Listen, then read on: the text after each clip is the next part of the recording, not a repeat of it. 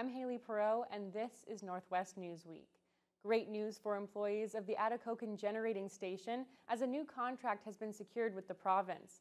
The station will keep powering the region for at least another 5 years. It's the largest fully biomass-fueled power plant on the continent. Ontario's energy minister was in Thunder Bay on Friday to announce the renewed agreement. Lee Noonan has the story. The Atikokan generating station is the biggest 100% biomass-fueled power plant in North America. It's owned and operated by Ontario Power Generation, which just secured a new 5-year contract with the province to keep operating the plant. Energy Minister Stephen Lecce was in Thunder Bay to announce the multi-million-dollar contract. Our province is growing 60% more forecasted demand between now and 2050. So we're taking an all-the-above approach. Certainly nuclear energy will play a critical role, but we're supporting biomass and renewables. We're expanding every form of generation. OPG estimates that the power plant uses 90,000 tons of biomass pellets a year. Thunder Bay's Resolute sawmill produces about half those pellets, and biopower in Atikokan produces the other half. According to Atikokan Mayor Rob Ferguson, the power plant and the biopower facility are the number 1 and 2 biggest contributors to the town's tax base, and together employ over 100 people. Oh, it's huge for the town. It's everything for the town because Ontario Power Generation plays such a big part of the town of Atikokan and the jobs that it provides and the spin-off jobs. OPG estimates that this contract will secure about 400 jobs across the region, from the power plant and pellet production workers to the transportation and service industry jobs that indirectly support them. By using materials harvested in the region, the plant is also protected against the volatility of softwood lumber negotiations with the USA, according to Minister of Northern Development, Greg Rickford. One of the value propositions of pellet technologies made here in northwestern Ontario for a generating station that supplies 70,000 homes, businesses, and hospitals. Continued investment in biomass is something that can be expected from this government, according to newly minted Associate Minister of Forestry and Forest Products, Kevin Holland. To be able to use the mill residuals and the forest residuals to create power is just makes sense, and it's going to be a huge supplier of energy in our province. But it's a critical component of the forestry sector moving forward. Holland says getting this contract signed was a top priority for him in his new role, and that going forward he'll be pushing his government to look at much longer contracts with industry to ensure the financial stability of places like Atikokan. Lee Noonan, TBT News. Sachigo Lake is the latest remote community to celebrate its connection to the Watay transmission system. The community is no longer reliant on diesel fuel generators and is excited to begin connecting houses and other buildings to the provincial power grid. Justin Hardy attended the celebration on Thursday and brings us the story. Sachigo Lake First Nation hosted a celebration on Thursday to announce its energization through the Watay-Nikanaya power transmission system. The community is roughly 645 kilometers north of Thunder Bay and is one of the transmission system's most northern communities. Sachigo Lake was officially connected to the grid last November, and Chief Simon Tate is excited to get more homes in the community connected and no longer relying on diesel power. It hasn't really kicked in yet. It's new, eh? Most of the houses will have their baseboard heaters on now, eh? Sachigo Lake was the 8th First Nation energized through the Watay-Nikanaya power transmission system. As of May 2024, all Watay-Nikanaya assets are energized, with 4 communities awaiting grid connection. CEO Margaret Kanekwanash says she's excited to be so close to having them all connected. Sometimes it doesn't seem real, given in 2007, 2008, connecting First Nations to the grid was kind of like an idea, a concept that was discussed then.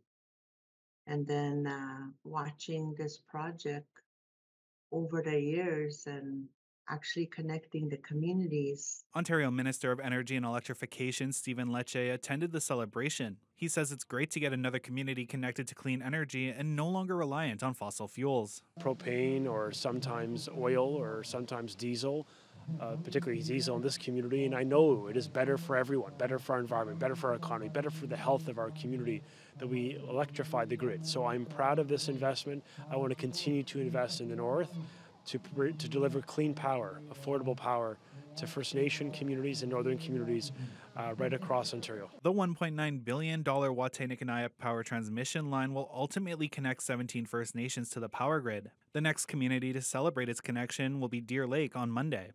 Justin Hardy, TBT News. Northwest Region OPP have arrested a third person after an August weapons incident in Sioux Lookout. 23-year-old Travern Atkinson of Brampton has been charged with 2 counts of attempted murder. Atkinson was arrested last Friday after officers were asked to remove an unwanted person from a residence. Police also confiscated a restricted firearm. It all stems from an August 16th weapons call in the Miller Crescent area of Sioux Lookout. No one was injured and 2 other accused were previously arrested. Along with attempted murder, Atkinson is also facing numerous weapons charges. He remains in custody. The emergency department in Rainy River will stay open at least until late November. That's the latest update from the hospital, which is dealing with the imminent departure of all 3 doctors still working there. The Rainy River Physician Group announced 3 weeks ago that they'll be pulling out of the hospital at the end of September.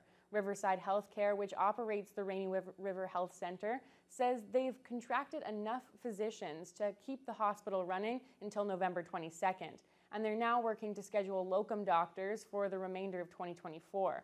Rainy River Mayor Deb Ewald says it's encouraging to know that they're covered in the short term. Because we were a little concerned that it's kind of a short time frame to try and fill, so we're pretty happy, and it's kind of made people take a little breath of relief too, so which is good. Riverside officials say they're working with Ontario Health to find a permanent solution. Ewald hopes that they'll include finding doctors who want to make their home in Rainy River. She says it's been roughly a decade since there was a doctor actually living there.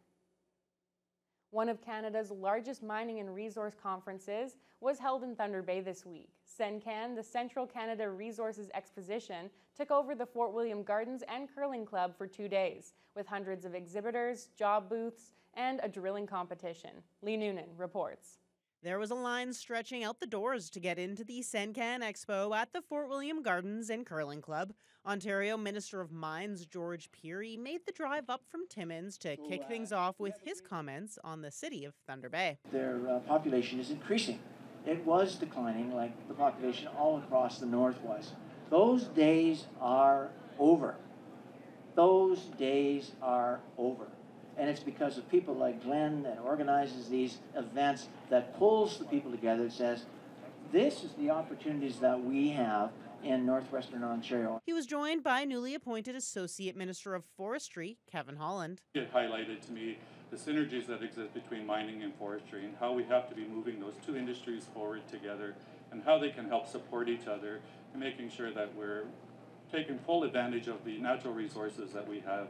According to Jamie Taylor, CEO of the Thunder Bay CEDC, the CENCAN conference itself is expected to bring more than $1.2 million into the city over just 2 days, and the mining sector overall brings approximately $40 million a year into the local economy. And we really want to promote ourselves as the hub for northwestern Ontario, and that's why we're really focusing our efforts on ensuring that we have this mining supply and service that all of the mines in northwestern Ontario are going to need. The jackleg drilling competition is one of the highlights of the conference every year. They've got dignitaries, they've got pros, and they've got complete novices trying to drill a 1-foot hole through this rock. Red Lake Mayor Fred Moda and Atikokan Mayor Rob Ferguson joined Dougal Media's own Ted Jessup in the dignitary drilling competition, with Mayor Moda taking first place. This is extremely important for northwestern Ontario and especially Red Lake, with all of our mining activity that's happening, our current activity, and our future. So example, Kinross Gold will be opening up. We have West Red Lake Gold. We have Evolution. And to the north of us, with the federal announcement of the Barons River Bridge, Frontier Lithium to the north. We just want to get our name out there that we are a willing host. We want to work with people. Atikokan has a long mining history, so we would really like to start up again and get that going again. For many of the companies at the conference, growing their workforce is a priority. More than 90 are actively hiring there. Sencan has made event registration free for anyone bringing in resumes or training applications. Lee Noonan, TBT News. It's time now for a short break. When we come back, we'll check out a cruise ship touring some towns along the North Shore. This is very big for the small communities along the North Shore. They haven't seen anything like this in years, and we're thrilled that Superior Country was able to bring this here.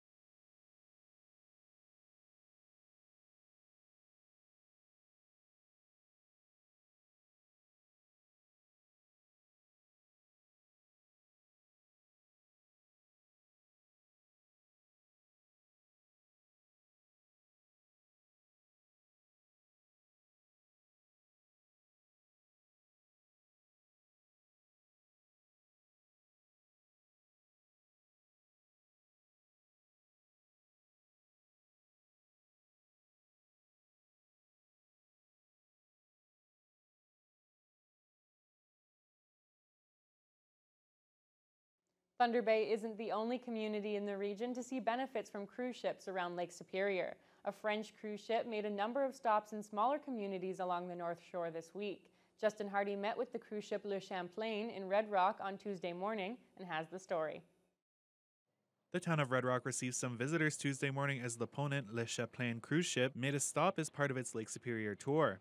The French vessel stopped near Red Rock's marina and ferried tourists ashore. Dan Bevlacqua is the executive director of Superior Country, the organization that has been working to attract cruise ships to North Shore communities. He says stops in small towns mean an exciting boost to tourism revenue. Thunder Bay obviously gets the largest economic benefit from the ships. However, just by coming into these small communities, we're able to put things together like guided hikes, Indigenous interpretation, and all kinds of different programming that really spreads the economic wealth around. So this is very big for the small communities along the North Shore. They haven't seen anything like this in years, and we're thrilled that Superior Country was able to bring this here. Guests were greeted by Red Rock Mayor Darkese Robinson and introduced to some of the local First Nations culture before being shuttled to local trails to explore the nature the area has to offer. Robinson says the visit by Le Champlain and a previous stop by a Viking cruise ship have been exceptionally beneficial to the community. She adds that she hopes to see more ships pull up to the town in the future. I sure hope that Superior Country can build on what they've done so far. Again, they advocate for all these communities along the North Shore, and I just think that we're going to represent them well here in Red Rock, and that they can bring maybe they can bring one or two more ships in for next year. It's extremely important that we're ready for these cruise ship guests and that we offer the best services available to them. Really, right now, it's just about putting our best foot forward and ensuring that they have a great time so that we have repeat clientele in the future. Not only do the cruise ships bring an economic impact right away when they're here, but also the travelers that are on the ships are coming back to the area again to really explore it. After leaving Red Rock, the ship continued east along Lake Superior, stopping at other North Shore towns like Rossport and Terrace Bay before ultimately returning to Thunder Bay to end its tour. Justin Hardy, TBT News. A collision on Highway 1117 on Thursday afternoon in Nipigon has resulted in serious injuries, according to OPP. First responders were called to the scene just after 4 o'clock. Few details are available, but the crash involved a transport and a pickup truck at the First Street intersection, which is the main entrance into Nipigon. The Trans-Canada and First Street were completely shut down until about 5 o'clock. The highway later reopened to one lane with alternating traffic and fully reopened at 11 o'clock that night. Thunder Bay City Council has changed its stance and decided against urging the Nuclear Waste Management Organization to store used nuclear fuel as close to its point of generation as possible. That happened after a deputation from the NWMO at this week's council meeting. Vasilios Bellos reports. Another demonstration out front of City Hall, opposing nuclear waste storage and transportation in the region. That came before a council debate about ratifying a call for nuclear waste to be stored as close as possible to its point of generation. The Nuclear Waste Management Organization is looking at Ignace as a potential storage site. Even if you were to stand at the side of the road for every single shipment that went by in a year, you would be exposed to less radiation than eating a banana. The organization provided a deputation to council, saying the 650 trucks annually that would drive through the region if Ignace is selected would have to pass rigorous safety tests before traveling. The package can withstand severe accident conditions and that appropriate emergency response and security measures are in place. The ratification of the proximity principle ultimately lost on a tie, but even if it was approved, would have in no way prevented the NWMO from moving forward. As for the debate, some around the table, including Councillor Mark Bentz, felt other organizations or levels of government would be better suited to advocate. Because we're the most accessible, shouldn't be the reason why we get involved in this when we have no mandate. Others, like Councillor Andrew Folds, felt that if community members were concerned, Council should be pushing to make those voices heard. But I just think it's the right message to send that we do have concerns. And I think it is our place to say that we have concerns.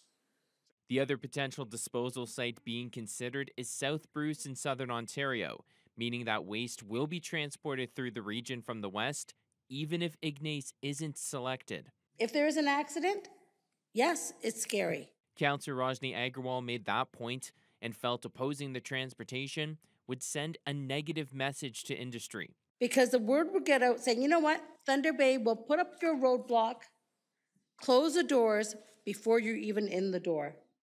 Thunder Bay's Chamber of Commerce also provided a letter of support prior to the meeting, saying the storage of nuclear waste in Ignace would provide significant economic benefits to the entire region. The decision on the NWMO site selection isn't expected until 2025. Vasilios Bellos, TBT News. Geraldton's hospital has been hard at work making itself more attractive for healthcare professionals. Equipment and services installed over the past few months have been serving the community well, according to the hospital's CEO. Hospital administrators say the new imaging equipment is working flawlessly and the trauma room remains ready for serious cases. To top it off, a recent donation from Equinox Gold means even more services are coming to the community. Daryl Galusha, CEO of the Geraldton District Hospital, says all these services make the town an attractive place for healthcare professionals. It's going to attract doctors, nurse practitioners, nurses, lab, x-ray. It's going to attract a lot of different professionals just because people are wanting to work with the newest and the best. And if you do a tour of our hospital, we're very blessed to have the newest and equipment. And you've been in the hospital and you've seen what we have to offer. And it's all brand new equipment, all brand new services that we're offering. A small group of land defenders from Grassy Narrows are caravanning across the province to Toronto with stops along the way to shore up support and share their story. They met with supporters in Thunder Bay earlier this week. I want to see justice for my community. I want to see, I think like for all our people to be compensated because, you know, we've been robbed a way of life. We've been robbed even our own health. And I want to see the mill shut down. Chrissy Isaacs says she was born at the peak of the mercury contamination crisis in Grassy Narrows. She was exposed in utero, and that means her children and grandchildren have been as well. She has been fighting for justice for 30 years now, since she was a teenager. In May, a study revealed that effluent from the dried mill is still worsening the problem.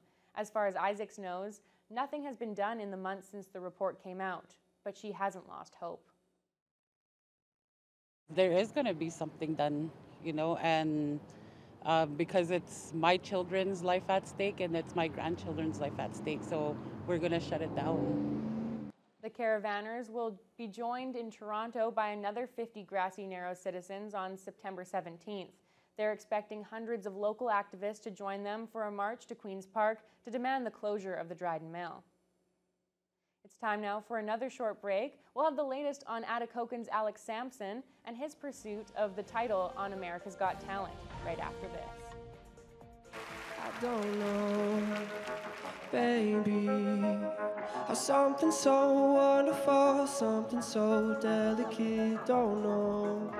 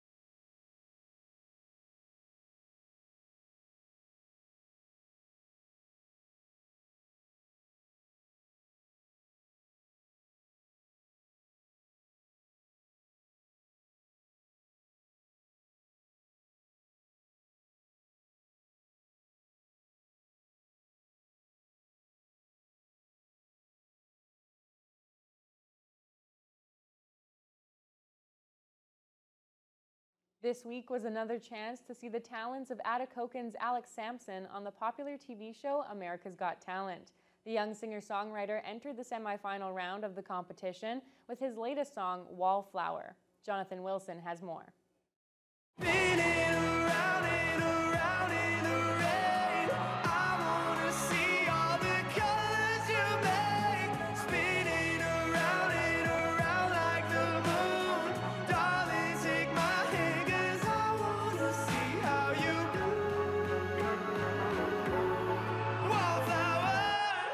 This original song by Alex Samson was inspired by Judge Simon Cowell's advice to share a song that carries more emotion, meaning, and direct connection to his fans.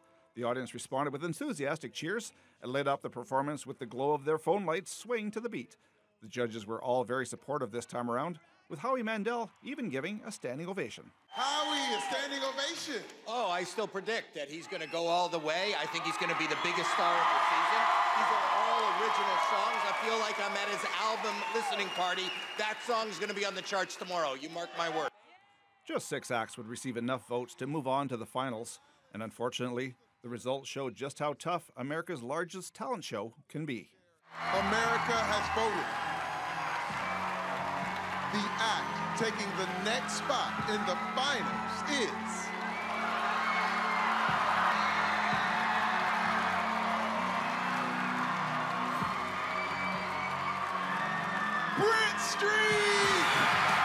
Samson will not be moving on to the finals, but his time on the show has already done so much to launch his career into stardom. Samson now has millions of followers on social media and music streaming services. He performed at the U.S. Open in New York and had a packed audience for his show in Los Angeles. For those who have enjoyed Samson's original songs on the show, there is still much more to come, as Samson will be officially releasing those songs and more on his new EP called Hopeless Romantic on September the 27th. Jonathan Wilson, TBT News. A Sioux Lookout man has been posthumously honored for his bravery during a fire last year. Alan McInnes acted without hesitation to assist police and emergency personnel to clear a building. McInnes' daughter, Caitlin, was presented with the OPP Commissioner's citation for bravery on behalf of her father, who passed away in March. Alan McInnes was chosen for the honor for his actions during a fire at the KDSB Seniors Housing Facility in February of 2023. 11 units in the rear of Patricia's Plaza were destroyed by the blaze, which was later determined to have been caused by electrical issues. OPP say McInnes never hesitated as he helped police and fire crews clear the building, removing several residents from the burning complex. His actions were credited for ensuring that all 27 tenants of the building exited safely. An Atikokan man has recently won a big lottery prize. Jim Turner was the early bird winner in the Sick Kids Hospital Car Calendar Lottery. He had the chance between a new RV or the cash equivalent of $225,000, and he chose the cash payout. Turner spent time at Sick Kids when he was a child, as did his own child, so he always bought tickets for their lottery. And that's all the time we have for this edition of Northwest News Week. We'll be back next week with more of the top stories from across the Northwest.